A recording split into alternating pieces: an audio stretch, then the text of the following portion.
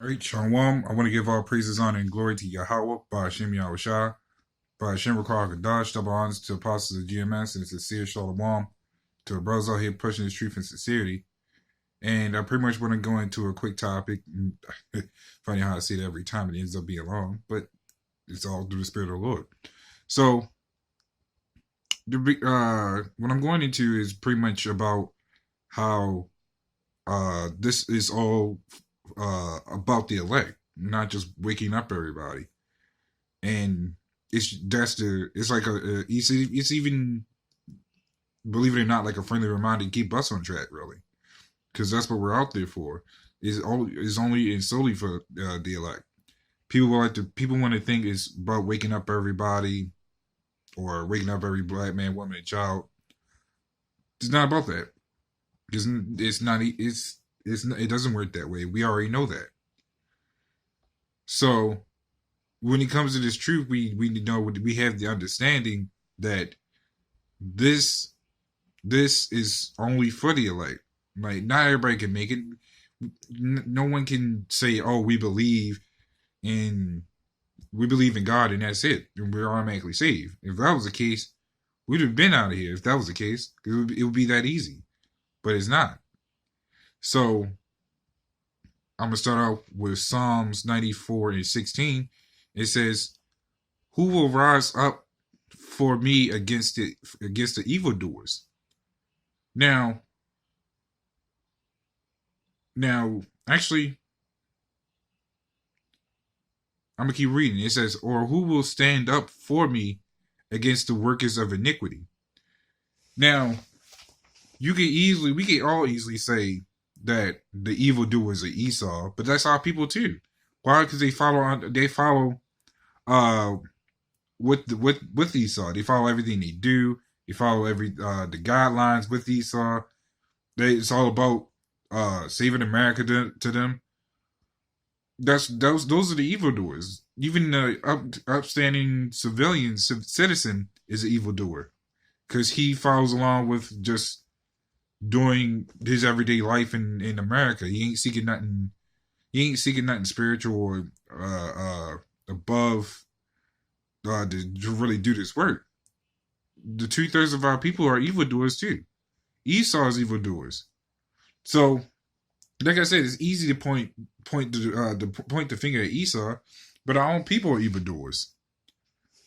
That's why the scriptures even say only 1/3 shall make it. So when it says, "Who will stand up for me against the workers of iniquity," who are the only ones who's really standing up for the Lord for the stuff that these people are doing?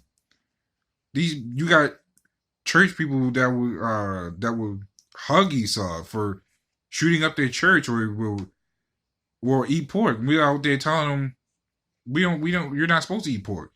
We're telling them that we will not hold hands with everybody that just thinks we're brothers or the Lord saves everybody.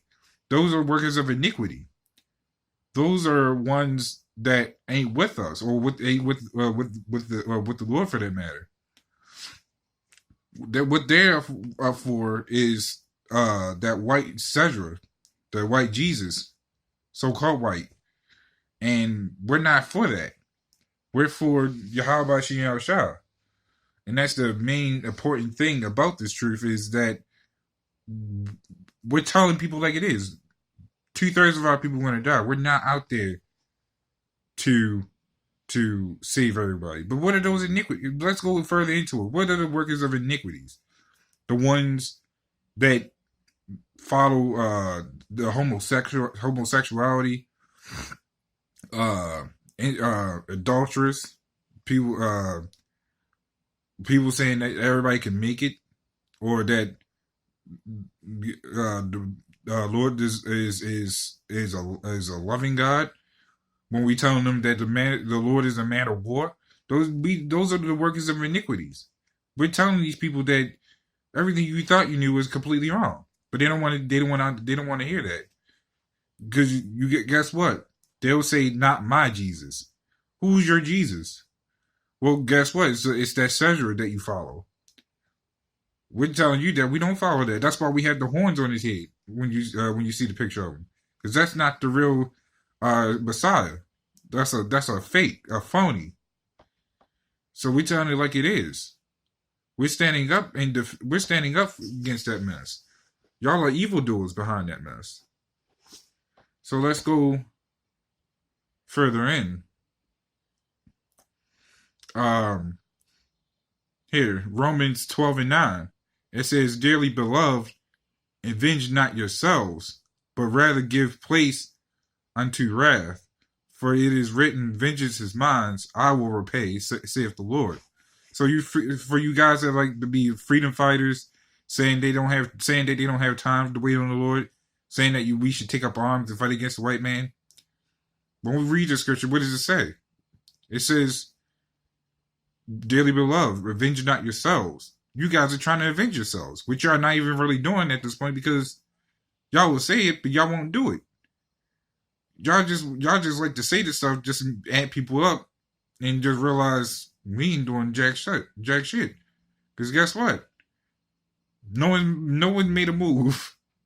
Esau is making all the moves. Our people ain't making no moves. And I think deep down, our people know that. All you freedom fighters, you know full well you can't make a move against Esau.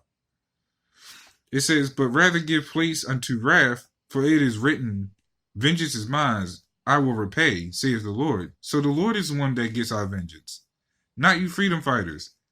How the rest of the people ain't even, these Christians, they even just Christians, the rest of these people in general ain't even looking for revenge, because they enjoy it, they love this place. They living it up in this place. That's why they won't really fight. They would just say, "Oh, we're just gonna wait for Jesus to come back and pretty much bring us out of here, and that's it." And they say that so calmly, like they just up forth with it. Like, yeah, we don't have to do we don't have to do nothing. Just wait on the Lord, believe in Him, and that's it. Without putting in any works, where does that come from? Like, that don't even sound right. Like, even when I was a kid, I didn't quite grasp the extent of that, because I was like, so you mean to tell me all you had to do is just believe and that's it? No trials or tribulation yet? Because it didn't catch my mind until one of the preachers talked about tribulation. Like, but you just said all we had to do is just believe and that's it. So it felt like a hypocrisy thing. Then coming into the truth, it made sense. You can't just solely believe. You actually have to put in the time and work in the faith to believe. That's what belief is. Just like the work. Just the same way with the word love. Love is an action. You just don't say it and that's it. Because a lot of times, a lot of people will say it and don't even mean it.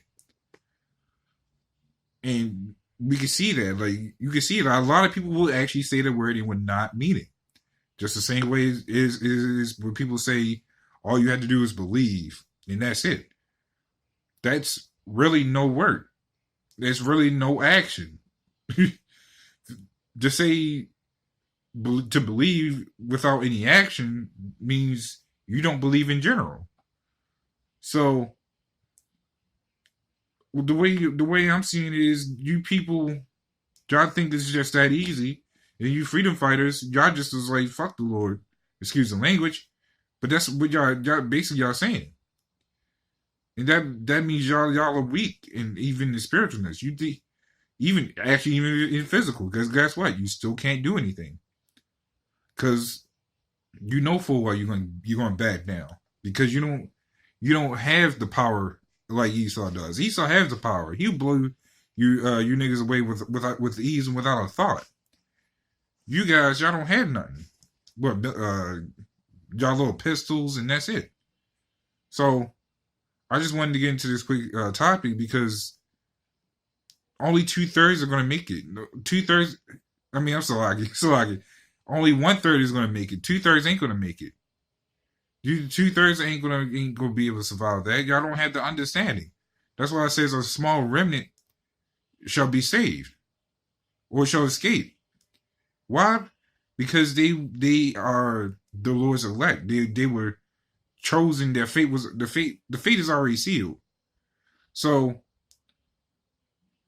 the elect is the ones that has the actual understanding of of being the Lord's defenders. Really, well, it's like a whole shield.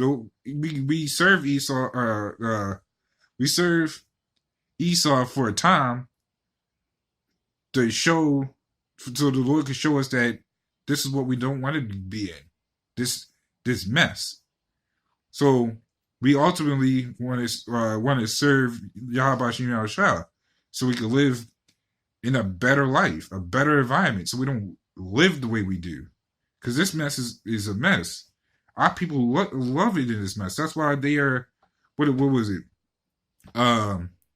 That's why even the scripture called them evildoers. Esau is an evildoer. We know that.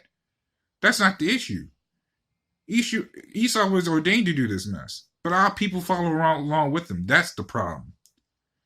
That's why we fight up against this mess. That's why we stand up against all this mess, because it's not right. So hopefully, Lord willing, that was edifying. So shalom.